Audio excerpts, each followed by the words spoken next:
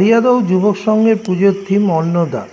বাঙালির শ্রেষ্ঠ উৎসব দুর্গাপুজো আর বেশি দিন বাকি নেই। রাজ্যের এক অস্থির পরিস্থিতির মাঝেও দাঁড়িয়ে বনেদি বাড়ির পুজোর সাথে বারোয়ারি পুজো কমিটিগুলোতেও সাজ রব।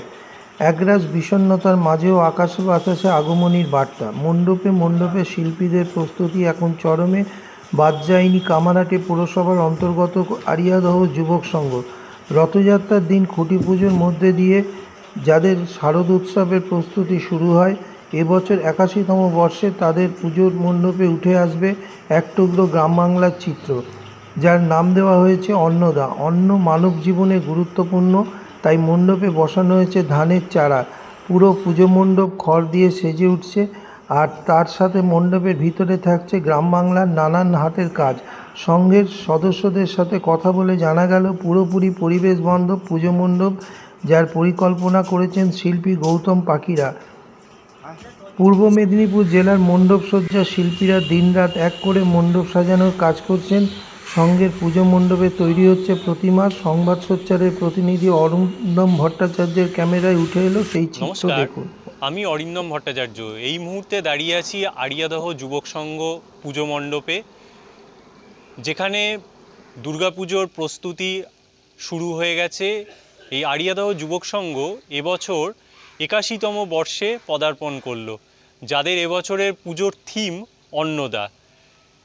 মণ্ডপ সজ্জার পাশাপাশি এই মণ্ডপে দেখা যাচ্ছে যে দুর্গা প্রতিমার কাজও যিনি মৃৎশিল্পী তিনি করছেন। একদিকে প্রাকৃতিক দুর্যোগ, তার সাথে সাথে মণ্ডপে চলছে জোর কদমে পুজোর প্রস্তুতি পর্ব। আপনারা দেখুন কিভাবে তৈরি হচ্ছে মণ্ডপ সজ্জা। আচ্ছা, আড়িয়াদহ যুবক সংঘে এবারে আপনাদের থিম কি? এবছরে আমাদের থিমের নাম হচ্ছে অন্নদা। এবারে আপনাদের পুজো কততম বর্ষে পদার্পণ করলো?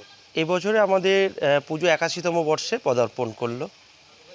এই থিমটা মূলত কে করছেন আর কি, যে প্যান্ডেলটা এবং প্রতিমা যে তৈরি হচ্ছে আপনাদের পুজো মণ্ডপে, সেটা কে করছেন? আমাদের থিমের রূপকার বলতে পারেন গৌতম পাখিরা, উনি হাওড়ায় থাকেন। এছাড়া আমাদের পূর্ব মেদিনীপুর থেকে অনেক শিল্পীরা এসছেন এবং অনেক কারিগর এসছে, তারা এই প্যান্ডেলটাকে টোটাল রূপদান করছে। আচ্ছা, এই ভাবনাটা মূলত কি, যে অন্নদার যে বিষয়টা, এই ভাবনাটা কি? দেখুন, এই শহরের জঞ্জালমুক্ত শহরের মধ্যে আমরা এক টুকরো গ্রামকে তুলে ধরার চেষ্টা করব, এবং অন্নদা মানে অন্ন যারা আমাদের মুখে যোগান দেয়, তাদের কিভাবে তাদের জীবনযাত্রা বা এটাকে আমাদের শিল্পের মাধ্যমে এখানে তুলে ধরা হবে। আপনাদের এখানে তো দেখলাম যে ধান গাছও লাগানো হয়েছে, তো এইটা কেন? যেহেতু অন্নদা ধান থেকেই, যেহেতু ধান গাছ থেকেই আমাদের অন্নটা উৎপন্ন হয়, সেটাকেই এখানে দেখানো হয়েছে, এবং এখানে দীর্ঘদিন ধরে এটাকে চাষ করা হচ্ছে, যাতে আমরা চাইছি পুজোর সময় এটা এখানে ধান হয়, সেরকমই একটা পরিকল্পনা আছে আমাদের। আপনাদের কি পরিবেশ যেটা প্লাস্টিক বর্জিত কোনো মণ্ডপ সজ্জা কি এবারে করা হচ্ছে? একদম, আমাদের পরিবেশ বান্ধব পুজো, কোনো রকম প্লাস্টিক বা কোনো রকমের ইউজ এখানে করা হয়নি এবছরে, আমাদের পুরোটাই পরিবেশ বান্ধব। আচ্ছা, সাম্প্রতিককালে আমরা যে দেখতে পাচ্ছি যে আরজিকর যে একটা ঘটনা যে ঘটছে, তো এটা সম্পর্কে কি আপনি কি বলবেন, একজন পুজো উদ্যোক্তা হয়ে কি বার্তা দেবেন? দেখুন, আমাদের তিলোত্তমার যে নিয়ে যে সারা ভারতবর্ষ, সারা পৃথিবীতে আলোড়ন সৃষ্টি হয়েছে, আমরাও তার ব্যতিক্রম নই। অবশ্যই আমরাও তার মধ্যে সামিল, অবশ্যই আমাদের প্রতিবাদ থাকবে। কিন্তু পুজো এবং এই নরকীয় ঘটনা দুটোকে আমরা এক করতে চাই না।